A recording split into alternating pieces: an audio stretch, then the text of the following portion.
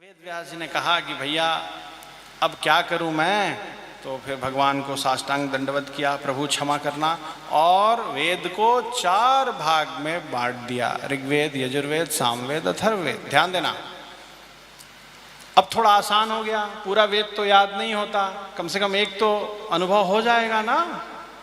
फिर कलयुग का और प्रकोप बढ़ा और प्रकोप बढ़ा, खैर वो सब छोड़ दीजिए। तो फिर उन्होंने वेद का जो व्याख्या स्वरूप उपनिषदों की रचना कर दी, और उन्होंने क्या किया, अनेक महापुराणों की रचना की। कितना काम किया, स्वयं श्रीमन नारायण ही इतना काम कर सकते हैं, इसलिए कहते हैं व्यासाय विष्णु रूपाय, बिना उनकी कृपा के तो व्यास जी नहीं कर सकते हैं। अरे हमारे जीयर स्वामी जी हैं हैदराबाद में, अभी आपने देखा ना, उन्होंने एक बहुत बड़ा दिव्य देश भगवान ने ही बनवाया, जीयर स्वामी जी को निमित्त करके। टीवी में देखा था कि नहीं देखा था मई महीने में? तारीख बता दो ताकि बाकी लोग भी यूट्यूब पे देख लें। वाह, जय हो सुरेंद्र जी, मंगल हो।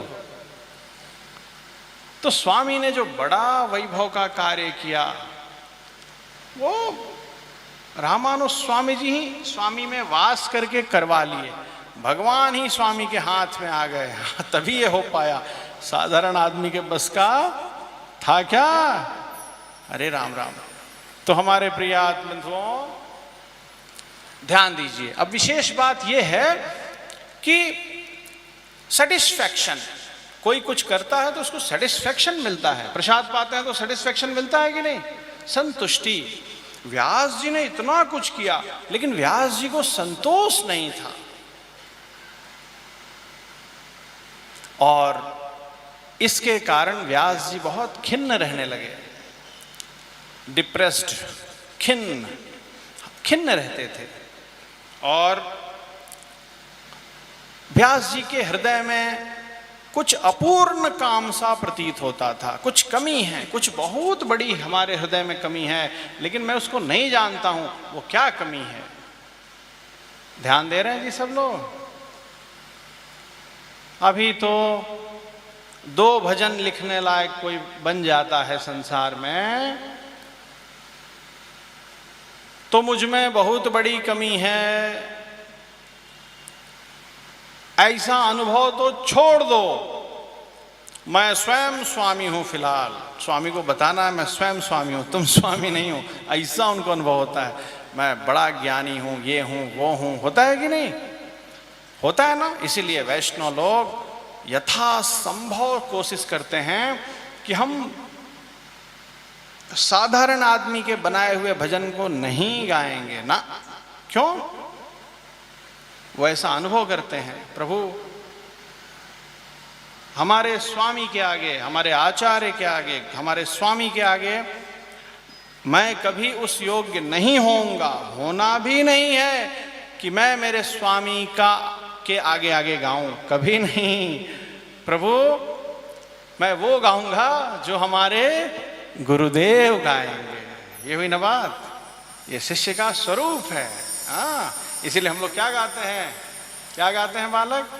श्री वैष्णव भजन माला। प्रसाद पा के नहीं आए क्या माता जी? सब प्रसाद वसाद पा के आए ना भैया? आवाज निकल नहीं रही है, और जो है सो कि इंतजार कर रहे हैं, शशि की तरफ सब देख रहे हैं, शशि तुम्हारी तरफ देख रहे हैं। बस 5 मिनट शशि, फिर तुम्हारी बारी है। ध्यान दीजिए, ध्यान दीजिए। वैष्णव भजन माला, माला दम लगा के बोलना चाहिए, तो माला माला, वैष्णव भजन, हाँ वैष्णव भजन माला, यही गाते हैं ना हमारे गोष्ठी में। हमारे भगवान का अनुभव ऐसा है, भगवान की कृपा, आचार्य की कृपा ऐसी है। हमारी गोष्ठी में एक माँ है, वो स्कूल नहीं गई, स्वामी जी का दर्शन किया, इतना भजन लिख दिया कि उसका कोई हिसाब नहीं है। मुझे मालूम है, मैं सब बोलता नहीं हूँ, इंडिया के अच्छे अच्छे गायक लोग इसकी कॉपी करते हैं, चुराते हैं, बताते नहीं कि इसका भजन है। वो माँ है, वो पढ़ने ही नहीं गई, बर्तन मांजती थी, घर में रोटी बनाती थी, स्वामी जी ने एक बार गोविंद गोपाल कृष्ण, देखो ये लाल जी हैं, तुम शरणागत हो, ये चक्र शंख ये तुम्हारा मंत्र है, ये तुम्हारा स्वरूप है, ऐसे रहना बस। ऐसा ऐसा पद लिखा, आश्चर्य होता है। कृपा तेरी सदा भगवन, उन्हीं माता जी का लिखा हुआ है, लेकिन फिर भी वो खुद को दबा के रखते हैं। वो तो लाल जी की कृपा से इतना हृदय में भाव आ गया कि थोड़ा ओवरफ्लो हो गया, वही 2-4 भजन के रूप में उनको वो क्या नहीं कर सकते हैं, लेकिन नहीं, पीछे रखते हैं खुद को, कभी नहीं। तो हमारे प्रिय आत्मबंधुओं, व्यास जी इतने ज्ञानी, 1 लाख श्लोकों से ज्यादा महाभारत में है साहब। 1 लाख श्लोक तो कहते हैं 1 लाख से भी ज्यादा है, आप पढ़ के देखिए। इतना बड़ा ग्रंथ है साहब कि मैं आशा करता है कि एक साथ रख दिया जाए तो उसको उठाने में 2-4 लड़के लग जाएंगे। सौरभ और राघव तो उठा ही नहीं पाएंगे, चंद्रकांत और दास को भी लगना पड़ेगा तब उठेगा। सोचो, इतना करके भी वो व्यक्ति कैसा था? वो व्यक्ति कभी अहंकार नहीं करते थे, इसलिए वो गुरु थे, स्वामी जी थे। छोटा छोटा काम करके बहुत बड़ा डींग मारना नहीं चाहिए। सुन रहे हैं जी सब लोग? ये सिर्फ ग्रंथ और भजन पे लागू नहीं होता है, सबके ऊपर लागू होता है, सबके ऊपर। कभी नहीं सोचना चाहिए वैष्णव का स्वरूप है, वैष्णव सदा सोचता है दास कुछ नहीं कर सका, दास किसी योग्य नहीं है, स्वामी ने कृपा करके कुछ कर दिया, दास के हाथ में होता तो कुछ भी स्वामी ने कर दिया। उनकी कृपा है कि ये हाथ तिलक लगाता है, ये उनकी कृपा है। उनकी कृपा ना हो तो कहाँ दास तिलक लगाए? ये हाथ तिलक लगाने देगा? बोलिए, नहीं लगाने देगा। चाउमीन, पिज्जा, बर्गर खिलाएगा, हाँ, जो नहीं करना चाहिए सो कराएगा, सिनेमा दिखाएगा, रिमोट दबाएगा, तिलक लगाने देगा? भजन करने देगा? भगवान की सेवा करने देगा? अरे राम राम राम राम राम, नहीं करने देगा। स्वामी की कृपा है, बस स्वामी जी महाराज की कृपा है, वो हाथ पकड़ के करवा रहे हैं तो हो रहा है। तो देखिए व्यास जी का स्वरूप। क्या इस कथा को बोल के आगे भाग जाऊं फटाफट? क्यों भाग जाऊं?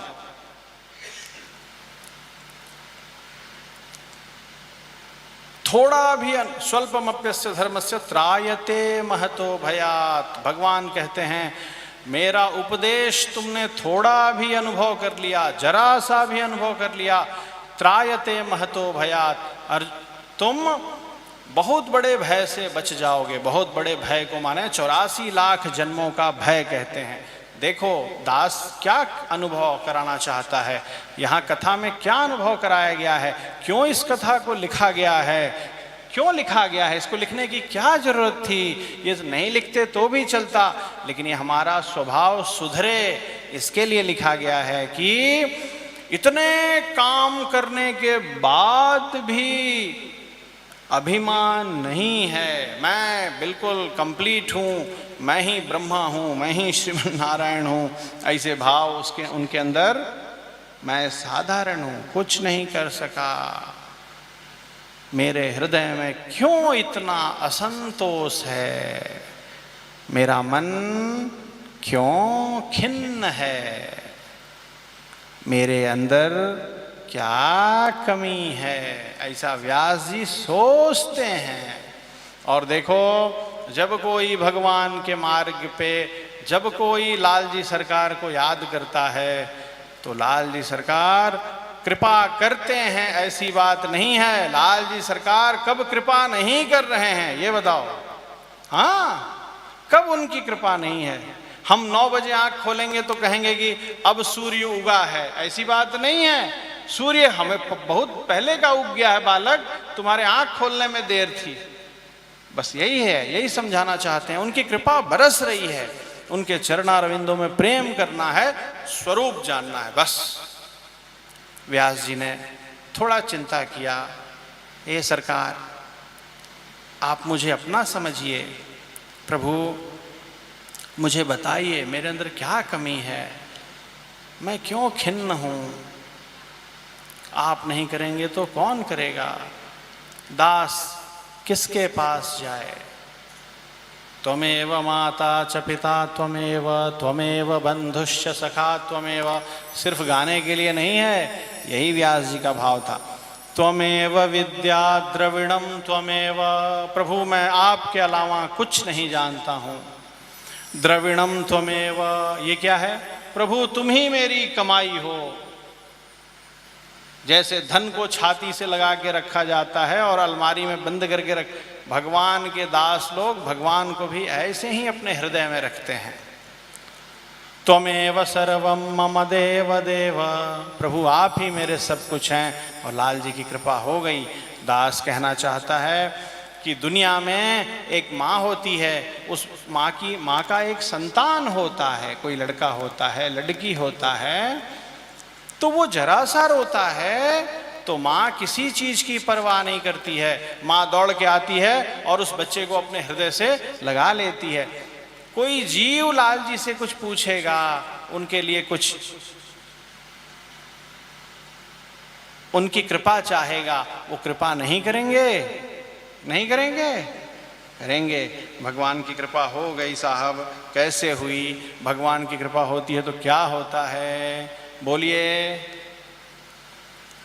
बताओ भाई। भगवान की कृपा होती है तो क्या होता है।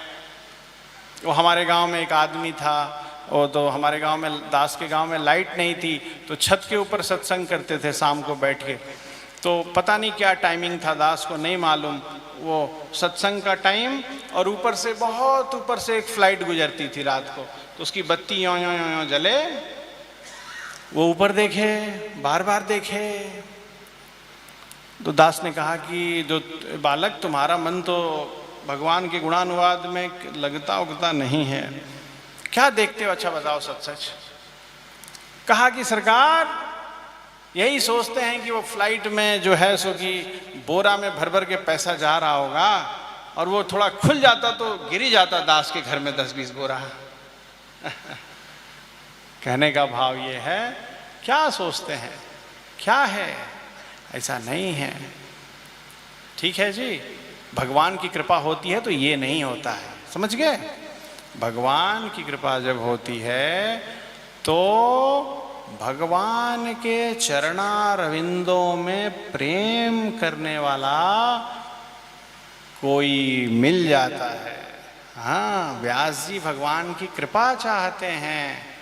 अरे इतना कर दिया व्यास जी ने, एक आदमी के बस का नहीं है। जितना लिख दिया वो कथा बाँचने में 10-20 पीढ़ी लग जाएगी तो भी शेष नहीं होगा।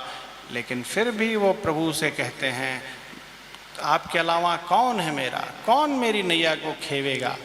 सरकार कैसे कहती है अम्मा जी, भवान अस्माकमुपरि स्तोकम स्तोकम कटाक्षयेत्। सरकार अपना नेत्र खोल के हमारे पर कृपा कटाक्ष कीजिए, हमारे पर कृपा कटाक्ष बरसाई है।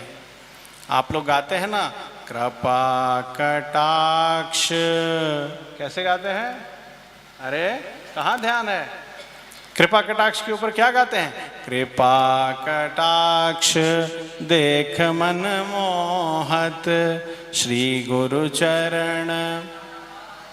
कृपा हो गई, भगवान ने किसको भेजा, नारद जी महाराज आ गए। और जैसे ही नारद जी को देखा, श्रीमन नारायण भगवान की जय हो। कोई सांसारिक आदमी महात्मा को देखता है तो बस झटपट अपनी जो है सो की टिप्पणी लेके तैयार रहता है। दास देखता है 24 घंटे लोग तैयार रहते हैं। दास लोग फ्लाइट में जाते हैं, ट्रेन में जाते हैं, बस में जाते हैं, जहाँ जाते हैं लोग मिलते हैं। पहले थोड़ी सेवा करते हैं, सेवा मतलब थोड़ी सीट वीट देते हैं, जय श्रीमन नारायण करते हैं, सामान वामान ठीक से रख देते हैं। दास समझ जाता है अब आगे क्या होने वाला है, ये जरूर अपनी टिप्पणी दिखाएगा बदमाश, या मैं बहुत दुख में हूँ, यहाँ से शुरू करते हैं। सांसारी लोग मिलते हैं तो ये सब करते हैं। लेकिन भगवान के दासों से मिलना चाहिए तो क्या करना चाहिए, वो देखो यहाँ क्या। व्यास जी मिले, नारद जी व्यास जी मिले, तो व्यास जी अपनी टिप्पणी नहीं दिखाए। व्यास जी हाथ जोड़े, साष्टांग दंडवत किए एक श्री वैष्णव को और बोले, दास के हृदय में ऐसी क्या कमी है, दास के स्वरूप में ऐसी क्या कमी है। ध्यान देना, दास का मन इतना अपूर्ण काम क्यों है, इतना खिन्न क्यों है। हे स्वामी कृपा करके बताइए, दया कीजिए।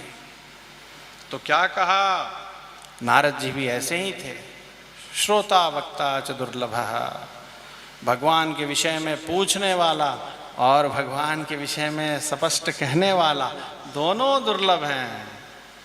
नारद जी ने कोई फॉर्मेलिटी नहीं की, ये वेदव्यास नाराज हो जाएगा, क्या कैसा होगा, कुछ नहीं। उन्होंने सीधे कहा, आपने जैसे धर्म अर्थ काम और राजधर्म, क्षत्रिय धर्म, ये धर्म वो धर्म, सामान्य धर्म, ये आपने जितना विस्तार से वर्णन किया ये अच्छा है, लेकिन आपने इतने विस्तार से भगवान के निर्मल यश का कीर्तन नहीं किया। लिखा है श्लोक, भवतानुदिनं प्रायः भवतानुदित प्रायम यशो भगवतोमलम। भगवान के पवित्र यश का आपने अभी तक कीर्तन नहीं किया, इसलिए इतना करके भी आपका हृदय अपूर्ण है। कितनी बड़ी बात है, सोचिए, सब करके भी भगवान का अनुभव नहीं किया, गान नहीं किया, कुछ उनकी सेवा नहीं की, कुछ उनसे अपनापन नहीं हुआ, तब तो सब श्रीमन्नारायण भगवान की। अब आगे बहुत सुंदर प्रसंग है, बीच बीच में जय हो मंगल हो बोलते रहिए, दास को चिंता हो जाती है आप सब ठीक ठाक हैं कि नहीं। हाँ, देखो दास कोई प्रोफेशनल वक्ता नहीं है, बहुत मजबूरी है, गोष्ठी का बहुत प्रेशर है, जो भी समझ लो। दास नहीं करेगा तो कौन करेगा। 8-10 साल में एक बार भागवत बाँचना ही पड़ता है, ऐसा समझ लो। वैसे हम लोग 24 घंटा भागवत ही बाँचते हैं, हम लोग जो करते हैं वो भागवती है। केशवाय नमः, नारायणाय नमः, माधवाय नमः, भागवत जहाँ पहुँचाएगी वहाँ हमारे स्वामी जी पहले ही पहुँचा दिए हैं। हाँ, सुबह कोई बोल रहा था, दास के कान में आया, तुलसी का झाड़ नहीं है। अरे तुम तो कथा सुनते हो 5-7 दिन, तो तुलसी के झाड़ में तुम्हारा इतना ध्यान है। हमारे स्वामी जी महाराज, जब हम चलना सीखे, वैष्णव के घर का कोई लड़का अभी ठीक से चलना नहीं सीखता है, उसके हाथ में तुलसी का ही वो पकड़ाते हैं, तुलसी डाल के और हाथ में पकड़ाते हैं। बोलो केशवाय नमः, नारायणाय नमः, माधवा। हमारा एक काम नहीं है जो बिना तुलसी के है क्या। सुबह उठिए भोर भयो मम स्वामी से लेके शयन श्री भगवान करिए, शयन श्री भगवान। हमारे लड्डू, हमारे वेंकट बाबू गोपी उनके इधर बैठा है, गोपी के पीछे वो थोड़े रहेंगे, गोपी उनके दाहिने बैठा है। गोपी जाके देखो तो तुलसी है, तुलसी ही तुलसी है, अर्चना में तुलसी है, माला तुलसी की है, उनके जल में तुलसी है, उनके प्रसाद में तुलसी है, कहाँ तुलसी नहीं है। तुलसी नख से लेके क्या बोले पूरे शरीर में वास कर रही है।